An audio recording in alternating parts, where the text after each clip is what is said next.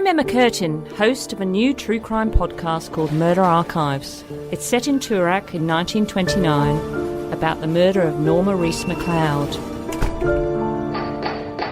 Search for Murder Archives where you're listening right now. Glenn, we've got a sponsor. This is amazing. Well, I couldn't think of anyone more impressive than Super Simple Cards. I was thinking BHP, but we have got Super Simple Cards. They're made in Gippsland, so they're a local product. They're manufactured by Solar. Wow, they're using solar power. They only work during the day. They work at night. I'm charging this one up now. And the printing uses only vegetable oil-based inks. Yeah. Oh, that's good. And cards are compostable. Compostable.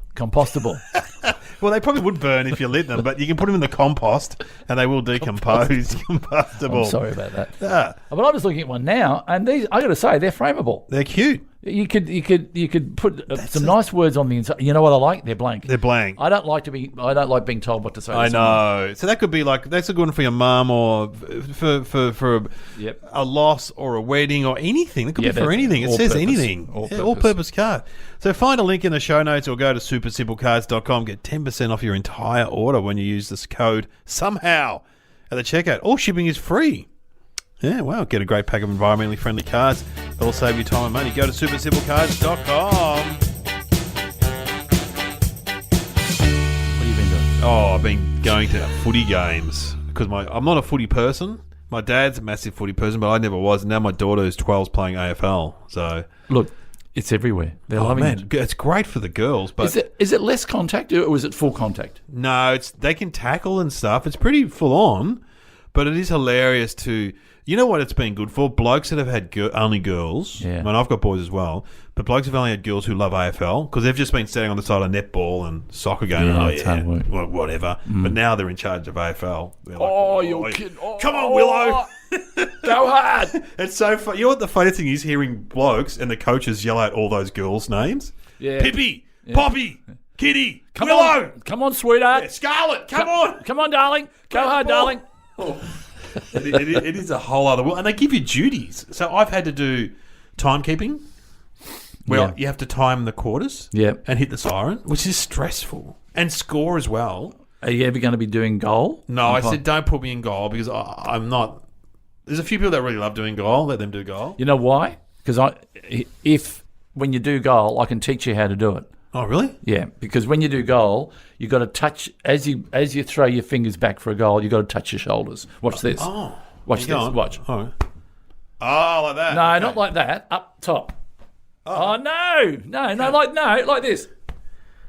No, I'm not. See again. That's why I don't do get goals. in. No. I was trying to do goals, and so the timekeeping I sort of stubbed up a bit because we were at this ground that had a great canteen. That's what someone said to me, one of the mums. Oh, you'll love the canteens. So yeah. And the smell of dim sims and potatoes was just wafting over. Yeah. I made a few mistakes. So the next week I was put on lolly snakes. Just had to provide 2 bags. What position is she playing? Oh, she's tall, so she's often in the ruck. Wow. So but not that competent. Just enjoys it. It's being part of a team and being. Yeah, it's fun.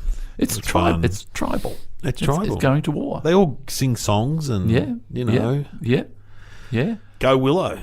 I don't know whether I told you this, but I walk around the oval when I'm doing my walking every day. You've mentioned that on another podcast. Yes, I made the mistake of when I walk behind the goal, and tell me if this is weird, that I make a little reference to how they're kicking and stuff, and.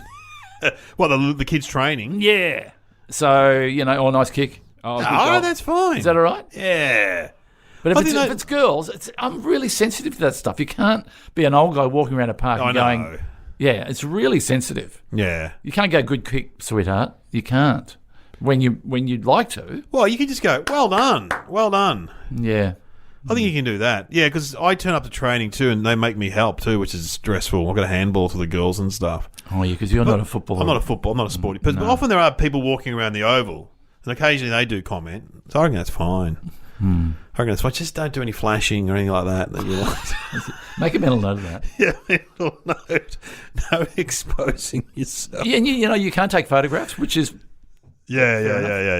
You can't take photo. But No, we've gone on very dubious territory. Yeah, you've gone straight down the old dubious road of not good men at all. exposing themselves to People. Yeah. Oh, I can hear the music's coming. Oh, thank God. Yeah. Hello and welcome to Somehow Related, and now please welcome your hosts Glenn Robbins and Dave O'Neill. Welcome to our podcast. I'm Dave. Oh, they've already said it. Yeah. Sam said our names. Yeah. And this is a podcast where we get two topics and we try and work out how they're related. And they look at first you go, how are they related? But then we get the answer. Yeah. See, if I was listening to this podcast, I wouldn't Google it. No, I would just go on the journey and have it crack yourself. Who could be bothered? Who could be like the? What, these we days, could do one. Gen Y. If you say something, within about 10 seconds, they'll have the answer on the phone. Like we could say Dave O'Neill in football, and people would just go, "Oh, there's nothing." But now we know. My daughter's playing AFL. Yeah. Future star, the AFLW. Who knows? What number is she? You've got a number? 30. Yeah. This is funny. They did the numbers in terms of height. So number 1 is tiny, and like you get up to the 20s, she's in the mid 20s. They're tall. It's like, and the guy goes, "Oh, yeah, we did that on height." It's like, what? So 1 to 5 are very short. Imagine if they did it on ability. I know. Oh. Well, I always say, do you remember when you started high school? This used to happen at my high school. They would grade the kids and put them in classes. So 7A were the smart kids, all the way down to 7F, who weren't good. They were all the naughty special kids. Class, and they just got to go on excursions and go on bus rides all the time. Bus rides. Yeah, where are they going today? Yeah, the zoo again. Oh. Yeah, we were stuck in 7C in that mid-range average class. Yeah, I was average. Yeah. So anyway, let's go to topics. Yep. Your subjects today that are somehow related are geese and chimneys. Now, I put it to you. I don't reckon you've got chimneys in your house. I've been to your house. I don't reckon there's a chimney. No. My last house was a very small Victorian, and it had 1, 2, 3 chimneys. Whoa. And it was only a small. It had fireplaces in both the front bedrooms and in the living room. I put it to you. How many do you reckon I've got chimneys? Yes. Yeah, I do. Yeah. How many? I reckon you'd have about 3. No, there were 4 originally, but there's only 2 left. 2 left. What did you do? Yeah, and I don't know. That's a good question. Maybe there was only... Because I think 2 of them, they led into 2... No, you know what? There's 2 chimneys, but they lead to 4 fireplaces. So they have 2 fireplaces each. Now, one's been totally knocked out. Oh, you're talking about chimneys on the external. I'm talking about fireplaces. Yeah, but they're attached to chimneys. That's what a chimney is. But you've got 2 into 1. I've got 2 into 1. I've got 2 chimneys into 4 fireplaces. If you know what I mean. This is like in a conversation on the block. So I believe if you have my house, I think my house is it's Victorian. So if you have like a really big chimney, it would go down into one room, and then on the other side it would go into the other room. Yeah. So that's what happens in my house. Have you had your house assessed for leakage? Well, this is the thing. I had some guy stick a balloon up. Enough about your medical past. Enough about your private life. Some guy came over and stuck a balloon up, but our bedroom has an open fireplace and it's really cold. And my neighbour Paul, who's retired and is onto everything, he's onto all that sort of stuff. He does all his own handiwork. Yeah. Right? He's very handy. Yeah. He got his chimney. He got an animal stuck in the balloon. So hang on, an animal stuck in the balloon. Yeah, the animal fell into the chimney, hit the balloon, burst the balloon, or whatever it was. And then got caught in the balloon. Caught in the balloon, and he had to get the animal out while it was alive. Yeah. He took the mantelpiece apart and went in there and got it out. And I said, well, "Was it a possum?" He goes, "Oh, it was some kind of marsupial. It wasn't a possum though." So I'm like, "What was it?" So some sort of, I don't know, ring. I mean, we live sort of near a bushy area. I mean, you do live near a creek. So, but anyway, so he got the possum out, whatever it was some sort of marsupial thing. He got it out, and then with a stick. How did he just? Well, I asked him that. He got garden gloves on and just pulled it out. I tell you that once they take a hold and they get, if it was a possum and they get those claws in, they're hard to get out. Oh man, he's a very brave man. I would have called Pete the Possum Man or Bob the Possum Man. You know those guys that turn up and suddenly you get possums in your roof, and then this guy turns up, and then you hear him go, "Come on, little fella, in your cage." We have balconies on our place that have high sides on them, so we can't look into the neighbour's place. Oh yeah. The council made us put them up. So now what you do, you put them up with glass with a sticker on it. Then 6 months later, you take the sticker off, and then it's all fine. See, and because I'd love to look into my neighbour's place, regularly. Yeah. But we went away, and what normally happened is that possums drop in, and then I help them out. But we went away, and I came back. There were like 10 possums. It was like a prison yard. They were caught in there. There was no protection. They were all lying around, worn out.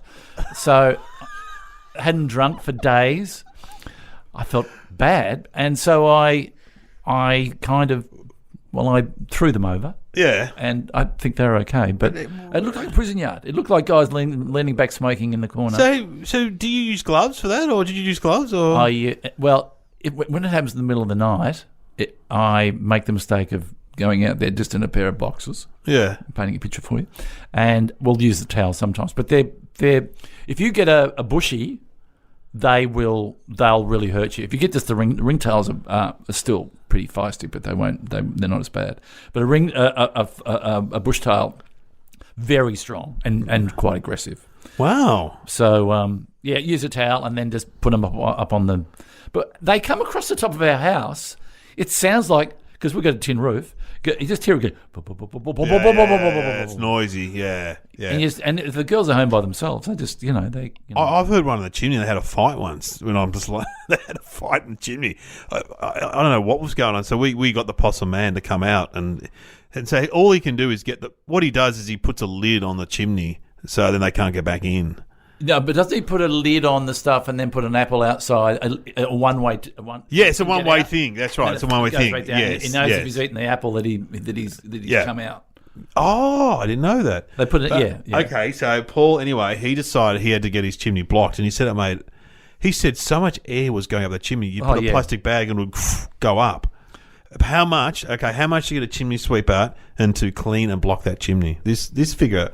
I was impressed by this figure. How much? Hang on. So there's Jim's chimney sweepers. Yeah, there's a chimney sweeper. So you can ring someone and a little. Absolutely. Is he a little? Because back in the Victorian era. Chimney. So it's a man with a long stick with a brush on. Yeah, I think so. And he gets up on the roof and he goes. Psh, psh, psh, psh. Yeah, and cleans it all out, and then he seals it. Because I'm thinking. And Paul said his heating bill has gone down. It's like a warm room now because our bedroom is cold because of this chimney. I reckon. If air was coloured, you would just see it sucking. Because we've got ducted heating up. We've got ducted upstairs. We've also got cooling upstairs. Yeah. And those, which is an outlet, he said that is a chimney, and because they're quite about foot by foot. Oh wow! So then I've got covers over those, and that's made our upstairs much better. So when I asked you if you had any chimneys in your house, you lied. You said that's no, true. But anyway, how much was okay, how much do you reckon? Just have a guess. How much to get chimney? To one chimney, one visit. He got two done, but just one. Well, I reckon he's charging $200 per chimney. Oh my, $250. I reckon that's cheap. That's pretty cheap. I reckon. Do you think that's cheap to seal the chimney off? And yeah, I do. I mean, I reckon to get someone to walk through your door, even if they do nothing, it's $100. Yeah, a plumber. Yeah, just walk through the door, $100. Yeah. So then he gets up on the roof. There's another 100, and then if he's got to have some sort of stuff. There's 50. He's got to have some sort of materials to seal it with too. So he's buying a bit of metal or something to seal it with. Yeah. Because a friend of mine said the other day. He said, "What did he say? What's the for a tradesman to be at your house? It's about he did say it's about $800 a day." You know my brother-in-law, right? He had his hot water system go down, and so he rang up this guy and he said, "You've got to come over." And the guy goes, "Oh, it's a problem with hot water. It's a recent thing. Yeah, it's a recent hot water thing. Oh, that'll cost you $150." Oh, look, and so he turned up. My brother-in-law wasn't home. He fixed it, and my brother-in-law rang him and said, "All right, how much is that?" And he's going to be. And he goes, $150. I was there for at least 40 minutes, and my brother-in-law looked at the CCTV. Oh, yeah. He was there for 5 minutes. And did he do anything? Yeah. Timmy's really gung-ho. He rang the guy back and went, he's Irish. "You were there for 5 minutes. You went there for an hour and a half or 40 minutes like you said." And so the guy goes, okay. So he reduced the price. It's like a friend of mine, he's an audio guy. So when he was selling his house, he set up some audio and he recorded what the agents were saying to all the people. What? Yeah. That's really like spying. Then he knew exactly what the story that they were spinning. That's great. Yeah, so he could just go, is that what you said, was it? Okay. And nowadays it's so easy to chuck a phone behind under a couch and go, okay, I'm going to record what the agent is saying. Yeah. Yeah. Okay, so chimneys. And what was the other thing? Geese. Is a geese a goose? Is a lot of gooses called geese? Isn't that the plural of goose? I don't know. I'm not good at that kind of thing, but I think they're the same thing. Goose is the ultimate put down. I love goose. Yeah. But if you don't want to really upset them. Oh yeah, goose. Yeah, it's not too bad, is it? Yeah. If you were, you know, it's like tool, but tool's a bit harsher. Tool is harsh. Yeah. Goose is kind of like you're a bit fun-loving. Oh, you're a goose. Ah, you're a goose. But then again, if some politician comes on the television, he's a goose. That sounds okay. So Barnaby Joyce you'd describe as a goose. He's a bit of a goose. Yeah, kind of. He gets it wrong, bumbling, but you kind of go, you fig him a little bit, and goose. Have you ever eaten a goose or a geese? I imagine they're like duck. Yeah, a bit like duck, wouldn't they? And I know you don't like Peking duck. I don't like. But you say things you like. You do like things wrapped, but you don't like Peking duck. So it's a bit of a contradiction. I look geese. I haven't had much experience with geese. I just put them in the same category as ducks, swans. Those kind of big birds. I read something interesting the other day that there was a guy, a terrorist, and I hope I'm getting this right. He was training geese to fly into the flight path so he could bring down planes. Oh yeah, well that's the one that would. That's Sully. That's the one that on the river in New York. Oh, so it's true. So no, that was a geese hit. I'm sure they were geese. Okay. So it was a geese hit when they were down in the Hudson. It was Tom Hanks, wasn't it? Yeah, Tom Hanks was flying a plane. He's talented. He flies a plane. That's a great movie. It is a good movie. It's a great movie. Because he was a hero, then they blamed him. They turned. Well, they said, why did you park your plane in the Hudson? You should have gone to the other airport, which was close by. But see, the whole thing was, and they set up all these crews to do it on a simulator, and why do you just fly back to the? Yeah, but as Tom Hanks pointed out in the movie, hang on, these guys know what's about to happen, and immediately they decide to go and fly to this nearby airport. Yeah. You've got to give them at least 10 seconds to work out what the hell's going on, and then decide, because they got a bird strike, and then anyway, he was the hero in the end. Because I was flying from. I'm going to relate this to myself. Yeah, good. I was flying from Airlie Beach to Hamilton Island. And I know you've had an incident with a pilot. I've had, yeah. I said to him, and it was a single engine, which I didn't love, going across water, and I said, what happens if the engine stops? And he said, for a start, how often have you been in a car and the engine has stopped? Well, a few times. Well, yeah. My car's stalled a few times. Mine too, on Geelong Road. My VW just went, blew a cog or something. Yeah. And I went, well, once. And I only need the once. But anyway, he said what I would do is he then would become a glider. Yeah, you can glide. And then they go in it like a glider comes, and you get as low as you can because it goes like in that U shape. And then you make the distance where you actually plop at zero ground speed, or right, and you plop into the water as opposed to ski onto the water. I didn't know that. Yeah.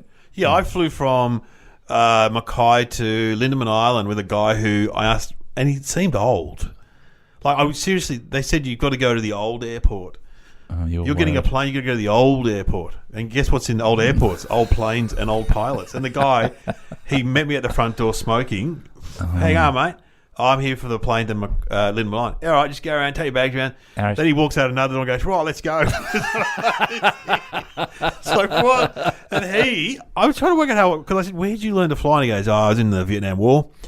And I'm like, Vietnam War? My dad was in the Vietnam War. He's 83. So, yeah, he was pushing 70. Easy, this bloke. Because then I just thought, what if he has a heart attack or a stroke? It's just me and him. Yeah. What? And yeah. I went on a charity day with a few footballers up to a golf day, and we're out in central Victoria somewhere. And then he said, "I'll see you at the end of the game." And then I see him at the bar, and he's looking a bit jumpy. And I'm going, "Are you all right?" He goes, "Oh, yeah, all right." And what are you worried about? He goes, "Oh, it's getting a bit dark, and there's a few mountains between here and home." I'm going, so that's what? The pilot. Yeah. I'm going, what? What do you mean? Don't they come up on the on the radar? On the radar. And so I gathered all the footballers and we got in and then drank a lot to. And then another time I was landing in Queenstown, and they said, because they recognised me as Uncle Arthur, they said, "Would you like to come up into the cockpit for the landing?" I said, "Oh, that'd be great." So I'm sitting there. Then they start having a conversation. They go, "Which way should we go? Should we go left or should we go right?" I'm going, right. So there's a right way and there's a wrong way. Yeah, is this worked out beforehand? You're having a chat, don't you? Just push a button that says down, land. Less you know, the better. Anyway. So it's like when I had to go to Bairnsdale and they wanted to fly me down in Paddy's Pie's corporate plane. And as I said to them, it's not exactly the BHP Learjet. No, it was like a 2-engine job. So like an 8-seater. Paddy's Pies. And the guy goes, well, you get to eat pies on the way you there. do not. That's what he said. Oh, you couldn't have. And I'm like, well, yeah, when we crash, at least I'll go, well, he died doing what he loved, you know. Oh, there we go. Dave, there is a limit. We're a small plane. We don't have that many pies. Love a pie. And they were party pies, or were they a big normal pies? I didn't go. I drove. I didn't want to go on the plane. Because on a flight, you would imagine the party pie would be a much better option. I love party pie. I'd rather drive. I can't stand light planes. Nothing more lethal, though, than a hot party pie, especially on a bumpy plane. Oh. A hot party pie, if you bite and it squirts you, you know when hot party pie squirts a bit of gravy on you? Yeah, burns. 3rd-degree burns. Okay. I had a party pie on the weekend. It was beautiful. I had 3, in fact. Anyway, it's a kid's birthday party. All right. Okay, well, I think geese. I think, all I can think of is that geese, they use the feathers to clean chimney sweeps. That's what they use. Don't say like what it doonas. is. We're going to have some thinking music.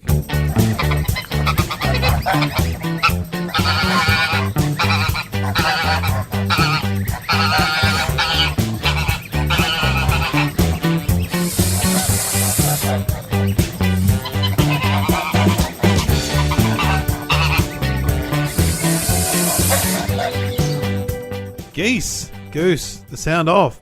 Sound off under our theme. Well, I put it to you that I think, they use goose feathers in doonas, don't they? In eiderdowns.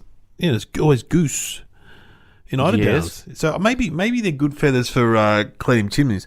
I put it to you, that brush that goes is goose feathers. That's a connection. Yeah. Oh, that's good. Yeah. See, I'm going to go down a slightly different road because my brother's beach house, the cockatoos used to eat the house. Eat the house? Eat the house. They used to eat the wood. Wow. It's not hungry.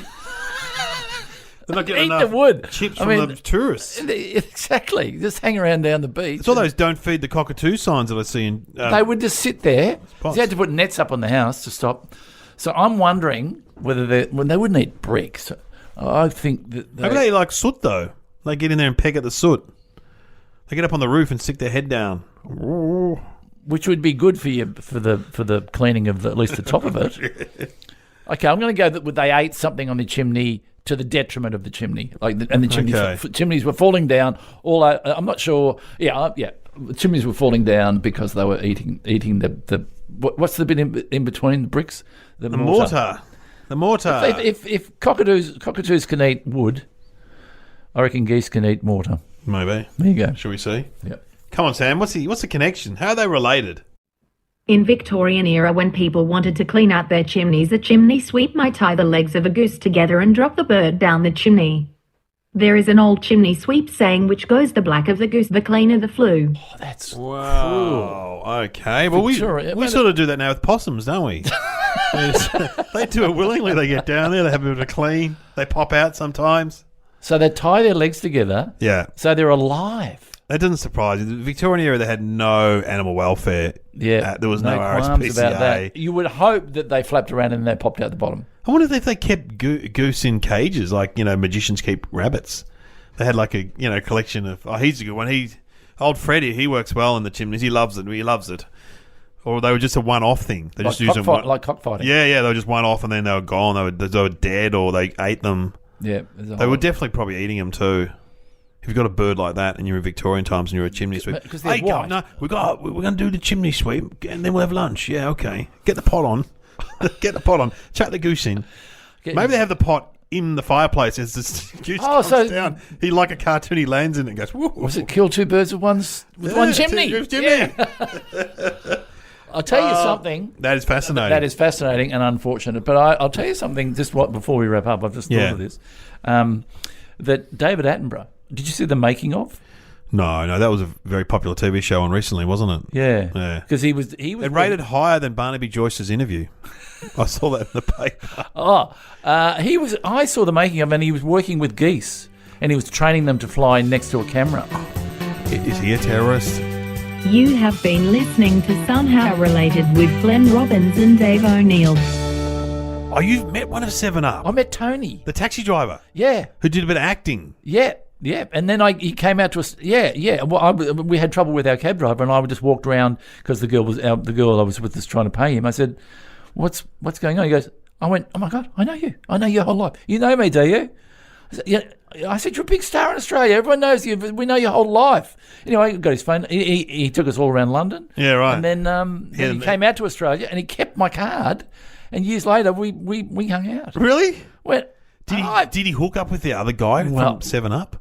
Remember the guy living in Croydon or something like that, who was in the orphanage with him? More importantly, did he mention me in the next series of? Did he? No, I don't think. Where are they up? They must be up to, because they're around my age. Yeah, they're around 48. They've done 40. That's a great series. It's an incredible series. The clips and the just to see someone evolve. Anyway. Imagine if they did you every 7 years, Glenn. It'd be great. Boring. Seriously, boring. I haven't. Yeah, I just want to go to the seaside. That was Neil, wasn't it? I want to go to the seaside and drive a bus and make people happy. I read the Times and the Weekly Review, or whatever it is. And it was like 6 or something. Yeah, it was a great show. 7, he was 7. Anyway, so let's just hope that we don't see chimney geese cleaners are us. Yes. In Australia. Yeah. If Jim's mowing from Jim is listening, you'll go, this is a good idea. Get some geese out, guys. Poor old geese. At the end of it, they'd have to be all blackened and... they could flap their wings and... Their family wouldn't recognise them. Anyway, they were related. They are related, but not anymore. There we go.